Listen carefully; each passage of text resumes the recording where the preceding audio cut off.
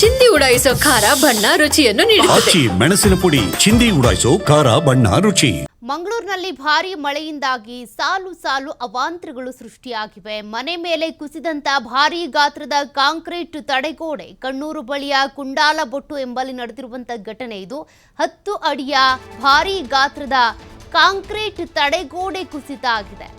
ಮಂಗಳೂರಿನಲ್ಲಿ ಸಾಲು ಸಾಲು ಅವಾಂತರಗಳನ್ನ ಗಮನಿಸ್ತಾ ಇದ್ದೀರಾ. ಮನೆ ಮೇಲೆಯೇ ಭಾರೀ ಗಾತ್ರದ ಕಾಂಕ್ರೀಟ್ ತಡೆಗೋಡೆ ಕುಸಿತ ಆಗ್ಬಿಟ್ಟಿದೆ.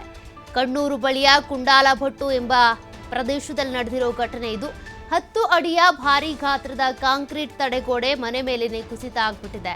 ತಡೆಗೋಡೆ ಕುಸಿತದಿಂದ 2 ಮನೆಗಳು ಕೂಡ ಕುಸಿಯುವ ಭೀತಿ ಎದುರಾಗಿದೆ.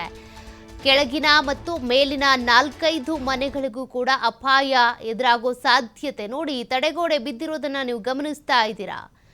ಇನ್ನೊಂಚೂರು ಮನೆ ಮೇಲೇನೆ ಬಿದ್ದರೆ ಮುಗಿತು, ಆ 2 ಮನೆಗಳು ಕೂಡ ಅಪಾಯಕ್ಕೀಡಾಗ್ತವೆ. ಸ್ವಲ್ಪದ್ರಲ್ಲೇ ಮಿಸ್ ಆಗಿದೆ. ಬಟ್ ಇದೇ ರೀತಿ ನಿರಂತರವಾಗಿ ಮಳೆಯಾದರೆ ಆ ಗೋಡೆ ಬಿದ್ದೋಗದಂತೂ ಗ್ಯಾರಂಟಿ.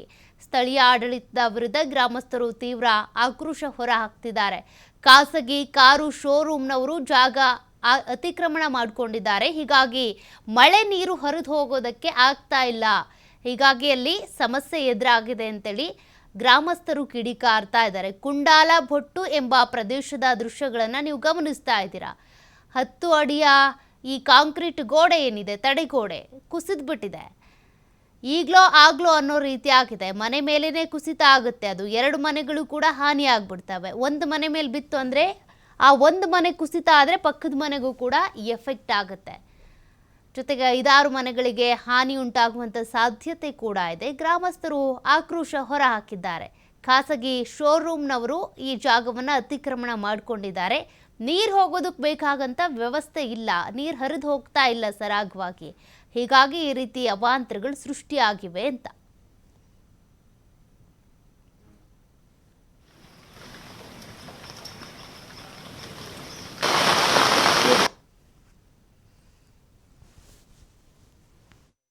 ಕಾಣ್ತಾ ಇದೆಯಲ್ಲ, ಫೋಟೋ ತೆಗೆದಿದ್ದೇನೆ. ಎಲ್ಲರೂ ಬಂದು ನೋಡಿದ್ದಾರೆ.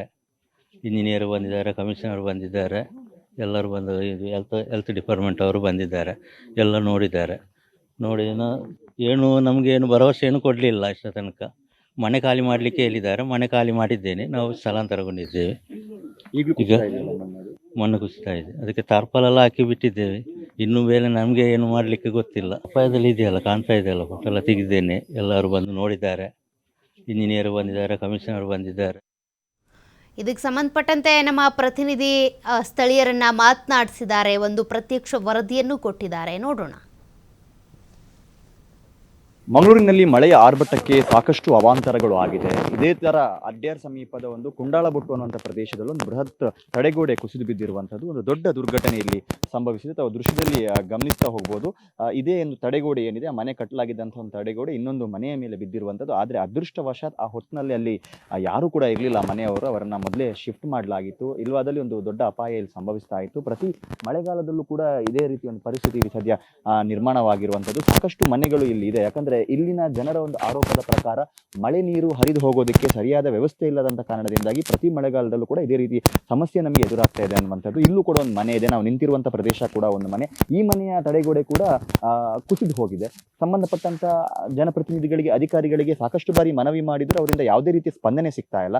ಹಾಗಾಗಿ ಈ ಭಾಗದ ಜನ ಏನಿದ್ದಾರೆ, ಇವರು ಆತಂಕದಿಂದಲೇ ದಿನ ದೂಡುವಂತ ಪರಿಸ್ಥಿತಿ ಇದೆ. ನಾವು ನೋಡಬಹುದು ಎಷ್ಟು ಬೃಹದಾಕಾರದ ಒಂದು ತಡೆಗೋಡೆ ಅದು ಅನ್ನುವಂಥದ್ದು. ಅಲ್ಲಿ ಮನೆಯ ಮೇಲೆ ಬಿದ್ದಿರುವಂಥದ್ದು. ಅದೃಷ್ಟವಶಾತ್ ಮನೆಯಲ್ಲಿ ಯಾರು ಇರಲಿಲ್ಲ. ಅಕಸ್ಮಾತ್ ಇದ್ದಿದ್ರೆ ಅಥವಾ ಮನೆಗೇನಾದ್ರೂ ಹಾನಿ ಆಗ್ತಾ ಇದೆ, ಪಕ್ಕದಲ್ಲೂ ಕೂಡ ಒಂದು ಮನೆ ಇದೆ. ಇದೇ ತರದ ಪರಿಸ್ಥಿತಿ ಇಲ್ಲಿ ಈ ಭಾಗದಲ್ಲಿ ಇದೆ. ಇಲ್ಲಿನ ಜನರ ಒಂದು ಆರೋಪದ ಪ್ರಕಾರ ಇವರಿಗೆ ಇಲ್ಲಿ ಏನು ಮಳೆಯ ಒಂದು ರಭಸದ ನೀರು ಹರಿದು ಹೋಗುತ್ತೋ, ಆ ನೀರು ಹರಿದು ಹೋಗೋದಕ್ಕೆ ಸರಿಯಾದ ರೀತಿಯ ಒಂದು ವ್ಯವಸ್ಥೆ ಇಲ್ಲ ಅನ್ನುವಂಥ. ಇಲ್ಲೂ ಒಂದು ಮನೆ ಇದೆ ನೋಡಿ. ಇದು ಕೂಡ ಈಗ ಅಪಾಯದ ಅಂಚಿನಲ್ಲೇ ಇರುವಂತಹ ಮನೆ. ಈ ಮನೆಯ ಮಾಲೀಕರು ನಮ್ಮೊಂದಿಗಿದ್ದಾರೆ. ಅವ್ರ ಹತ್ರ ಮಾತನಾಡಿಸ್ತಾ ಹೋಗ್ತೀನಿ, ಏನಿದಕ್ಕೆ ಕಾರಣ ಅನ್ನುವಂಥ ರೀತಿಯಲ್ಲಿ. ಸರ್, ಈ ತಡೆಗೋಡೆ ಕುಸಿದು ಬಿದ್ದಿದೆ, ನಿಮ್ಮ ಮನೆ ಕೂಡ ಅಪಾಯಕಾರಿ ಪರಿಸ್ಥಿತಿಯಲ್ಲಿದೆ, ಏನು ಹೇಳ್ತೀವಿ? ಅಂದರೆ ಇಲ್ಲಿ ಸರ್ ನೀರು ಹೋಗ್ಲಿಕ್ಕೆ ಇಲ್ಲಿ ವ್ಯವಸ್ಥೆ ಇಲ್ಲ.